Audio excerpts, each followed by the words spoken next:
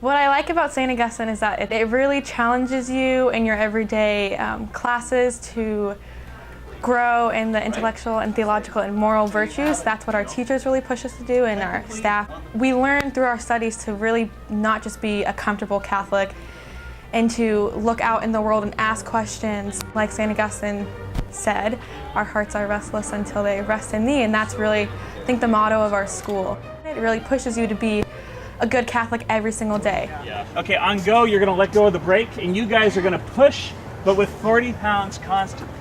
It's a culture of learning for the teachers as well here. I mean, and that's very different than the other schools I've worked at. And so, you know, when I'm sitting in the teacher's lounge with Mr. Cepeda and Mr. Rossi, you know, we're not talking about just day-to-day stuff. We're usually talking, honestly, and it kind of comes up naturally, we're talking about physics, we're talking about math, we're talking about theology. That helps us bring it into the classroom. So the culture here is really, it's a vibrant Catholic culture that's excited about learning. I mean, that's the best way I can put it.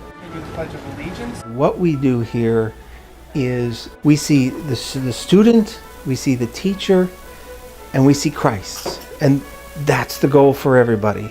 The closer we get to Christ, the closer we get to the student. The closer we get to the student, the closer we get to Christ. It all works in that beautiful symmetry of a triangle. Now, that affects what we do. It affects the manner in which we teach, because it becomes a lot more personal. We really do know the students, and we care about them. This is why we must keep the school to the size it is. It's not too small, but it's not too large. We still maintain that normal, natural human community size. So that's what we try to do here. We want to give them the great ideas of mankind. We want to discuss them. We want them to discuss them. We want them to form themselves in right-thinking thought and in culture. And I think if education is anything, it's a development of culture. It's a handing on of culture. Last year when I came to the school, I had forgotten how Catholic a place can be.